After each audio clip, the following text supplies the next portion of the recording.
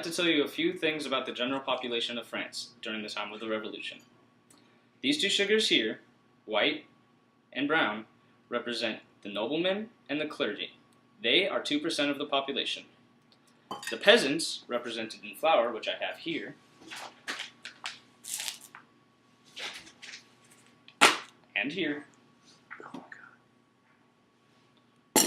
represent 98% of the population. At the Estates General, however, each of the estates, nobles, clergy, and peasants, were given one vote, represented by a plate. The nobles had 279 members in the estates, here. The clergymen had 291, here. And the peasants had 572. Although the peasants outnumbered both the nobles and the clergy by a great amount, these each had just as much influence as the other 98% of the population. These two would also constantly agree with each other due to the fact that whatever benefited one would benefit the other. During this time of the Estates General, the peasants were making some very radical decisions. Fearing a revolt, King Louis, represented by this egg, locked the doors to the Estates General, not allowing the peasants to get in. When the peasants came, they were so upset by the doors being locked that they broke down the door to a tennis court and held their meeting there. They called this the National Assembly, and they decided not to leave until their demands were met. They demanded that King Louis give them a constitution. Hi, and welcome back. Last time when we left off, it was with the National Assembly declaring the tennis court oath. We're back now.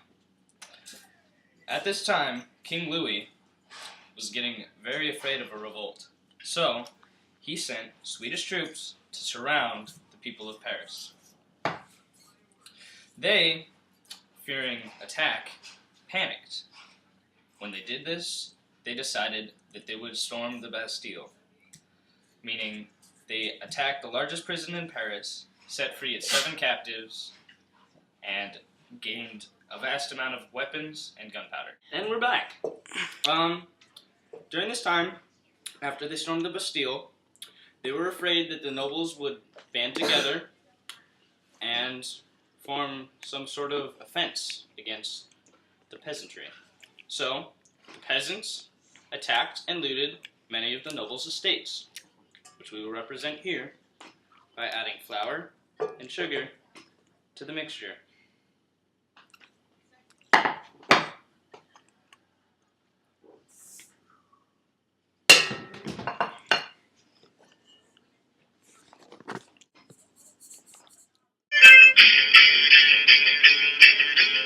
This time during France's Revolution, the National Assembly created the Declaration of the Rights of Man. This was a constitution that ensured rights to all the citizens of France. Unfortunately, King Louis would not recognize this or the abolishment of feudalism, so he fled the country. Unfortunately for him, the National Assembly captured him, brought him back, and forced him to accept them. And now to a commercial break from our sponsors. Hi, a quick fact that some of you may not know. Because of the peasants' extreme poorness, they could only afford bread or cake, which was made out of a white powder, usually made up of either flour or sawdust or anything else a miller could find to add in. It was not very good. I forgot the bread! Ow! Myself in Wonderland. Austria and Prussia, fearing revolt in their own countries, decided to be aggressive on the borders of France in hopes that they would declare war, allowing them to storm and put Louis back in power. Louis, seeing this, decided to convince the French Legislative Assembly to go to war with Prussia and Austria.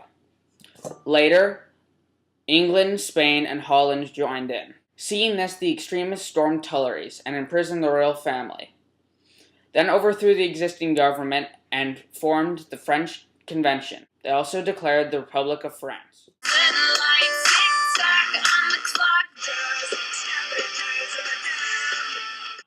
Convicting Louis of treason and beheading him was one of the first tasks of the newly founded French Convention. A 12-man committee was founded as the executive branch of the country. There were two different revolutionaries who controlled the committee, and in May of 1793, the more radical of the two took over the 12-man committee. They then made the Committee of Public Safety, which used counter-revolutionary tactics to stop people from thinking. Maximilien Robespierre directed the CPS, the Committee of Public Safety, and executed tens of thousands, and at least 300,000 suspects were arrested, all in the name of the revolution. Meanwhile, the convention passed Levy en Masse, a legislative reform on conscription that all able-bodied men between the ages of 18 and 25 must be conscripted. Much of the older officers were either executed or exiled, so that new officers without aristocrat background could rise through the ranks. Robespierre was finally overthrown because the convention wanted to get back to the values of the revolution. This was filmed on the day of King Louis's execution.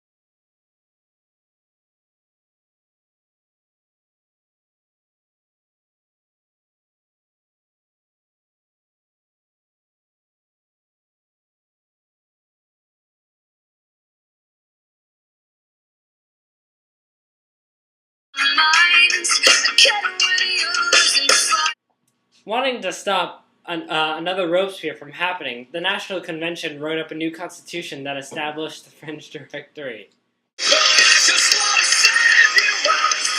Napoleon overthrew the Directory in a coup d'etat.